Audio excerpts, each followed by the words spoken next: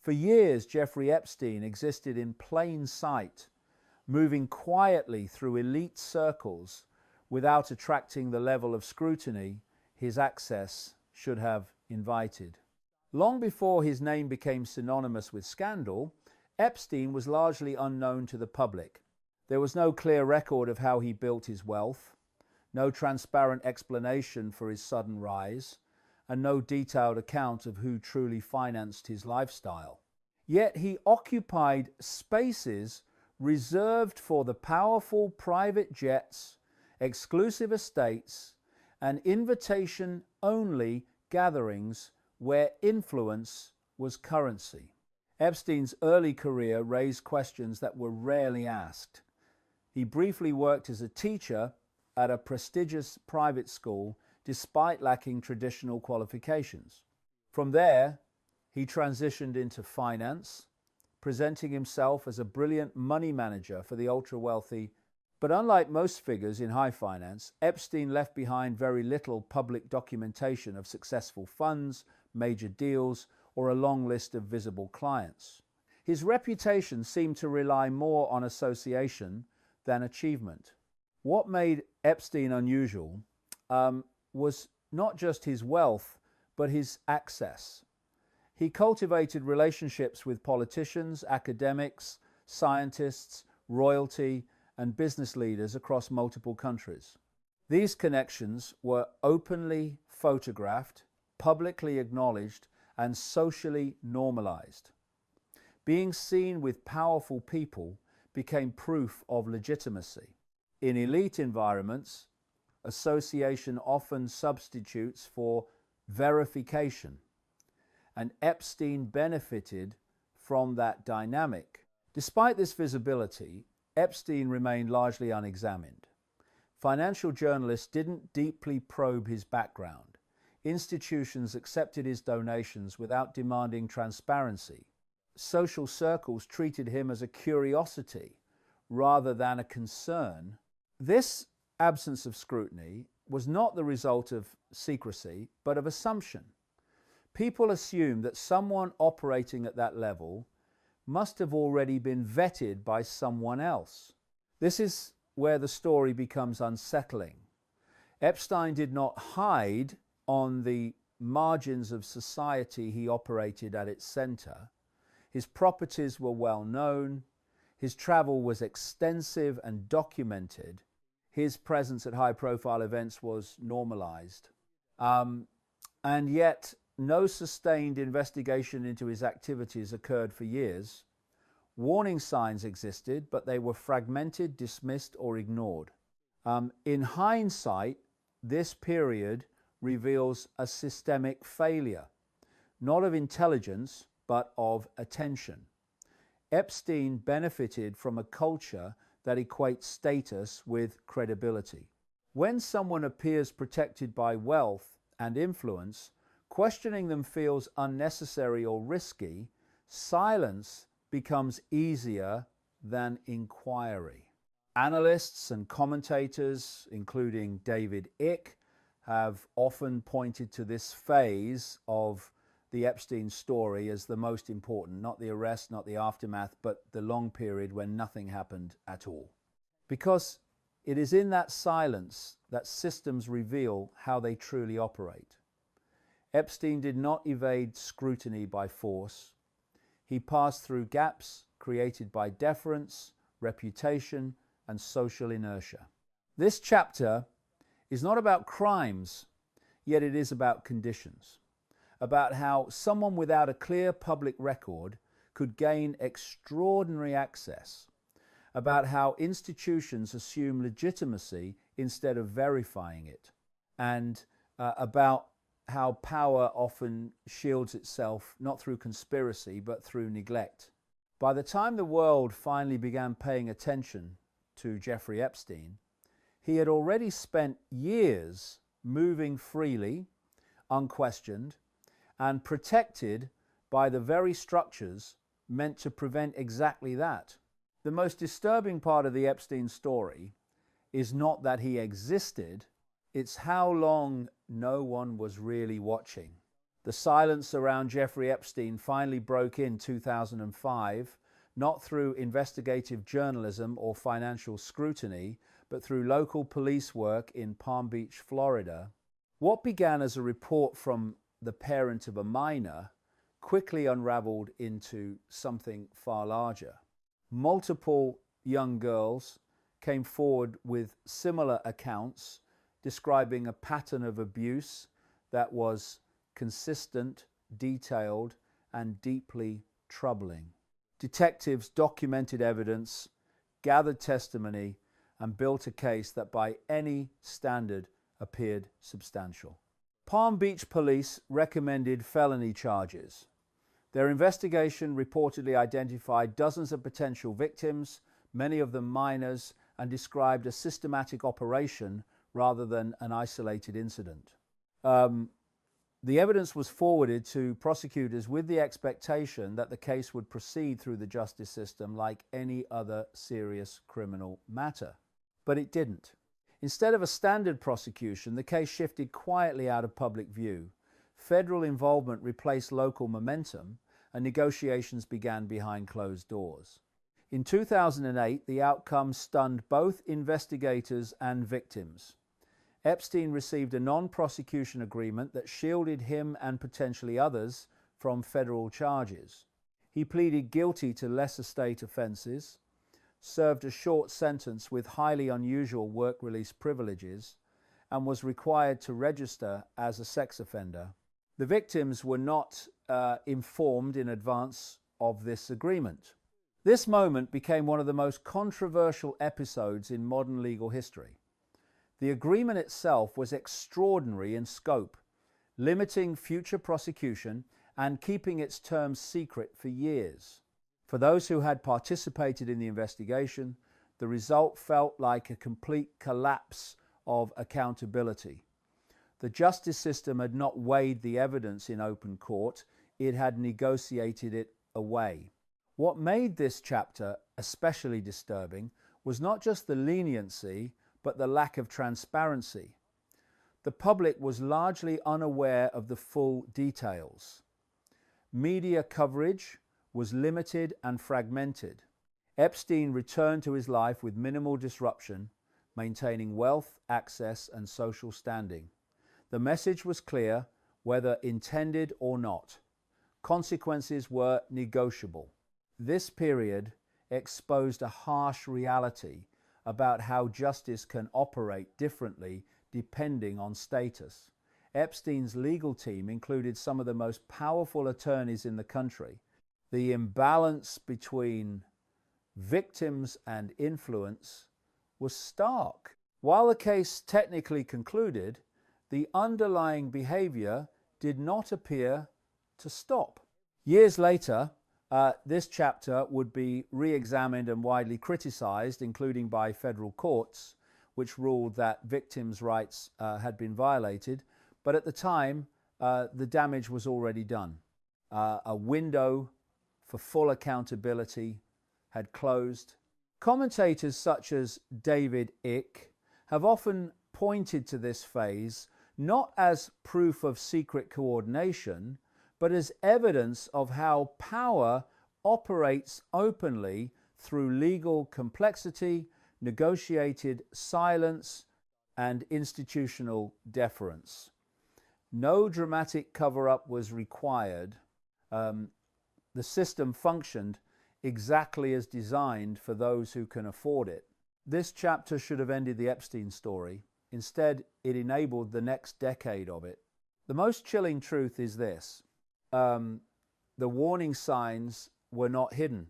They were documented, and still the system chose to look away.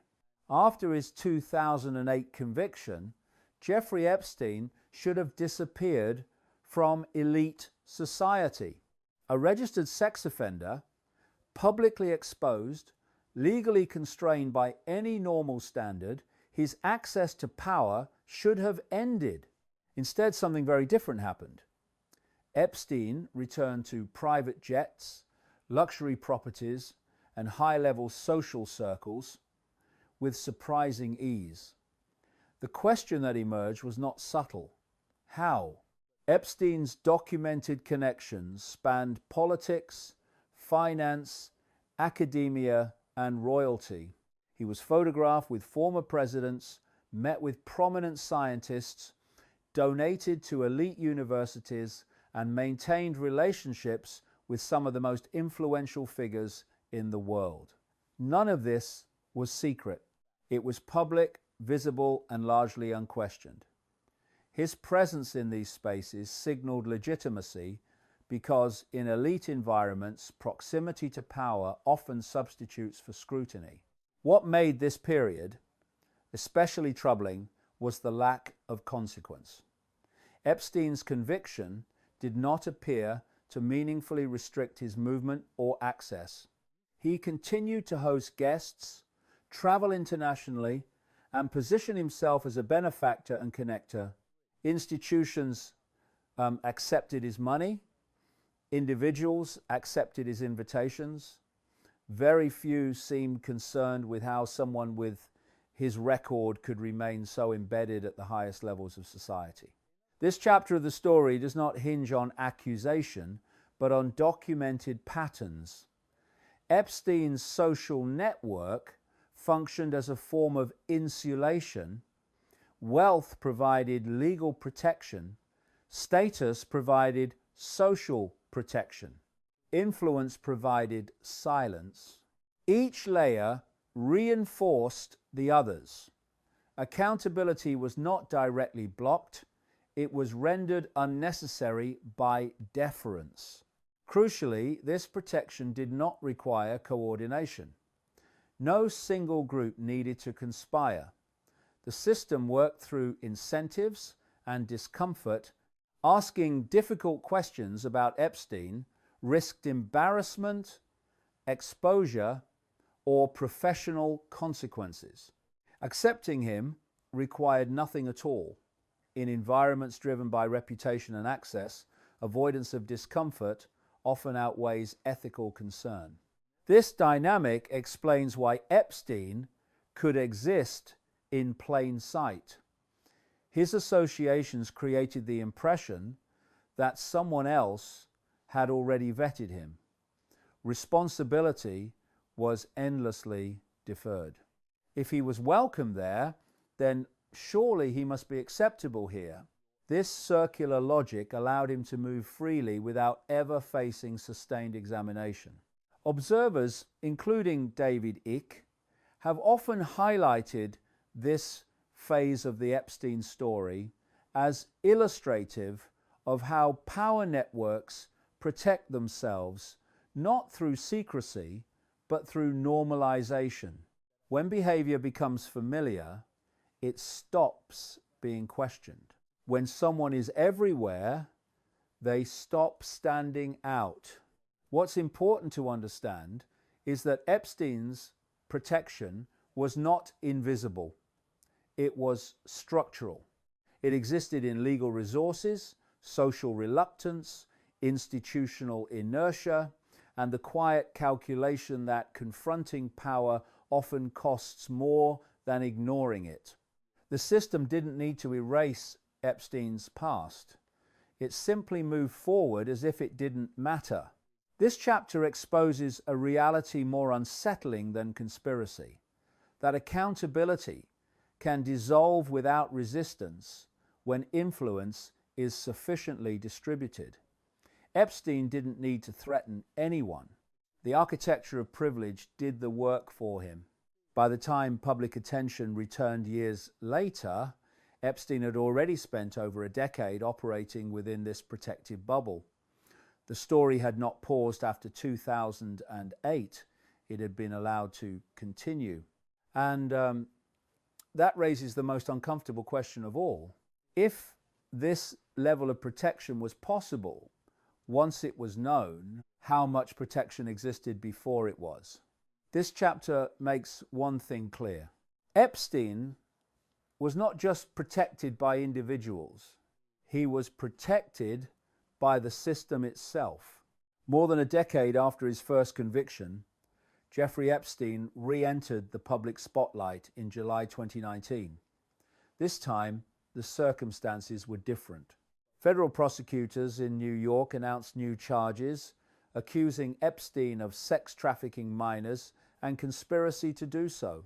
Unlike the earlier case, this indictment reflected years of renewed scrutiny, journalistic investigations, civil lawsuits from survivors, and mounting public pressure that made another quiet resolution impossible.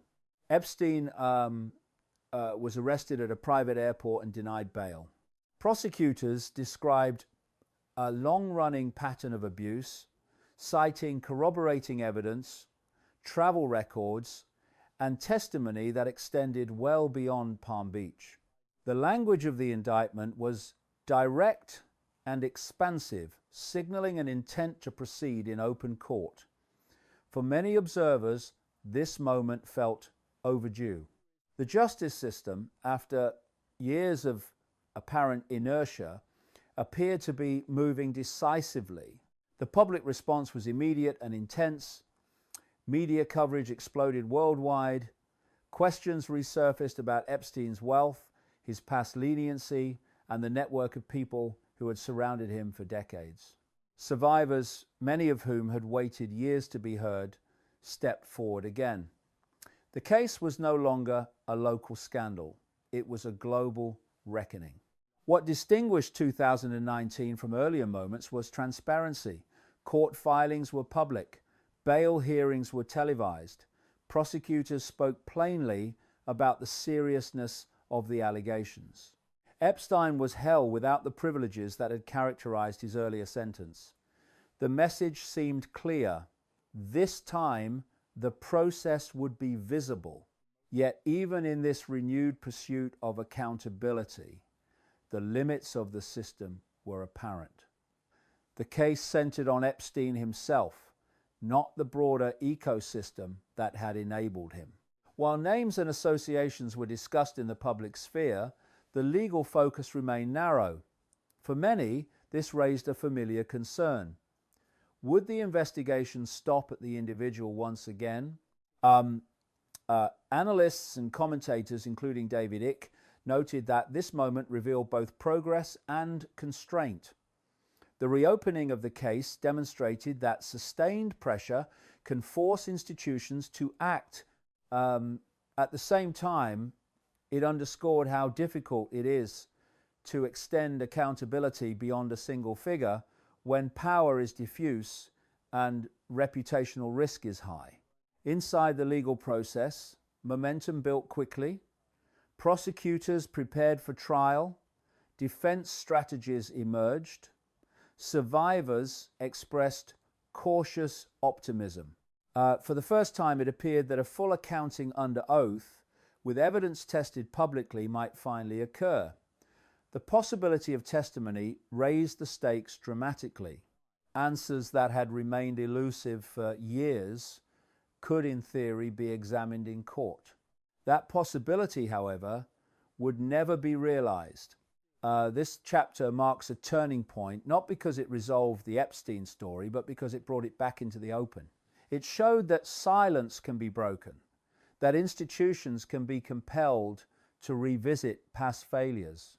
It also highlighted the fragility of that progress, how dependent it is on time, persistence, and the willingness to confront uncomfortable truths. For a brief moment in 2019, it seemed as though the Epstein case would finally be examined in full view of the public. The world was watching. Expectations were high. And then, before those expectations could be tested, the story took another dramatic turn. The reopening of the case was not the end. It was the moment before everything changed again. On the 10th of August 2019, just weeks after his arrest, Jeffrey Epstein was found unresponsive in his cell at the Metropolitan Correctional Center in New York. He was later pronounced dead.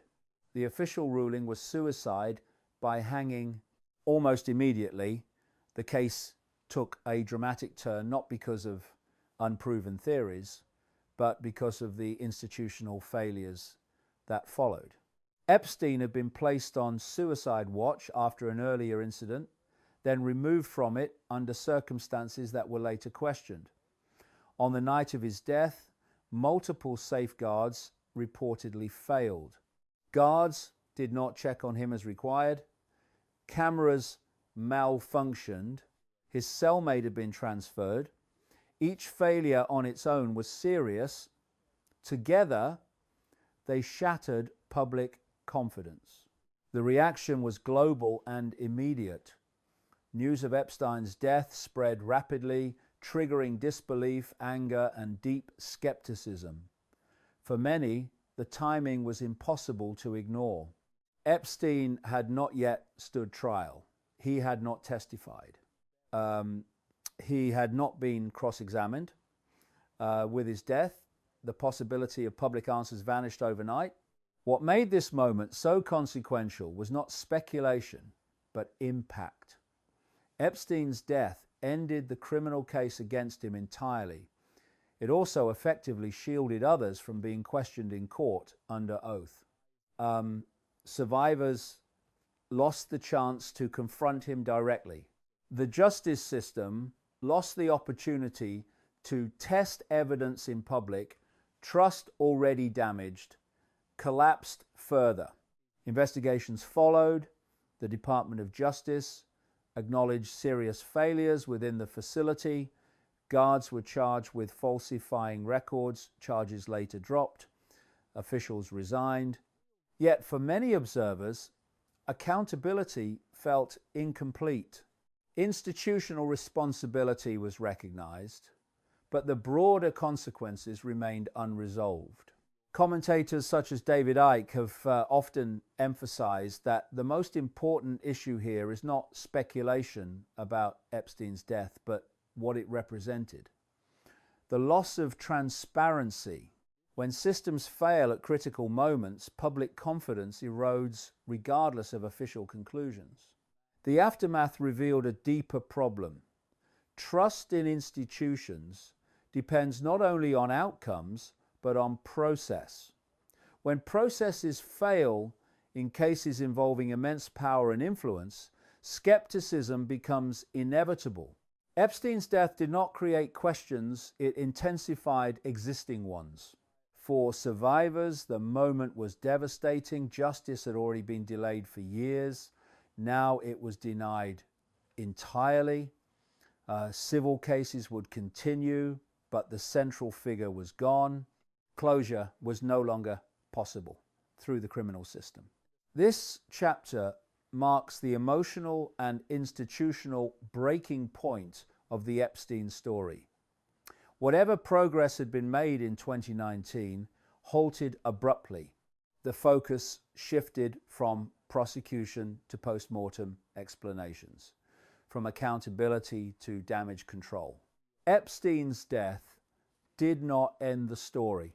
It changed its direction. And in doing so, it left a lasting scar on public trust, one that no official report has fully healed. After the death of Jeffrey Epstein, the world moved forward, but the questions did not. Investigations continued, reports were written, and officials acknowledged failures, yet a sense of resolution never arrived. The criminal case against Epstein was closed by default, not by truth tested in court. What followed was not closure, but fragmentation. Civil lawsuits, partial disclosures, and a public left to assemble meaning from incomplete outcomes. Some consequences did occur.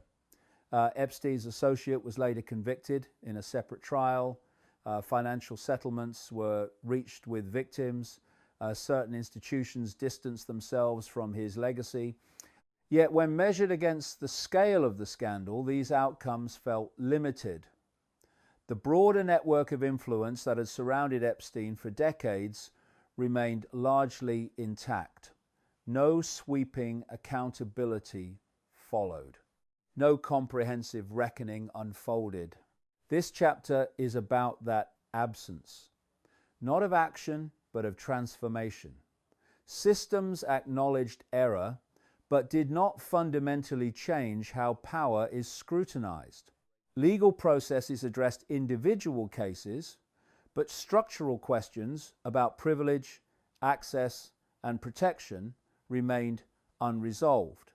The conditions that allowed Epstein to operate for so long were not dismantled. They were quietly absorbed back into normalcy. Public attention, once intense, gradually faded. New crises emerged. The Epstein story became a reference point rather than an active investigation. For many, this fade-out reinforced a painful lesson. Outrage has a short lifespan, but power endures. Without sustained pressure, systems revert to equilibrium. Commentators, including David Icke, have often framed this phase not as failure, but as revelation. The Epstein case did not expose a single corruption. It exposed a pattern, how accountability weakens as influence increases. How transparency narrows when reputational risk rises. How justice can become selective without appearing overtly unjust. What changed most significantly was public perception. Trust was damaged in ways that cannot be easily repaired. Many people no longer view official explanations with the same confidence. The Epstein case became symbolic not because of unproven theories, but because of documented inconsistencies, delays, and limits. For survivors, the aftermath has been complex. Some received compensation, some received acknowledgement, but many questions they hoped would be answered publicly never were. Justice arrived partially, unevenly, and too late to feel complete. The lasting impact of the Epstein story is not found in verdicts alone. It is found in awareness, in the recognition that systems designed to protect can also shield. That influence reshapes outcomes quietly, and that silence, once established, is difficult to break. This final chapter does not offer a conclusion because the story itself did not truly conclude. It exposed something, then retreated. It revealed how accountability can be delayed, narrowed, and ultimately diluted. What actually changed after Epstein was not the system. It was the way many people see it. And once that perspective shifts, it does not easily return to what it was before.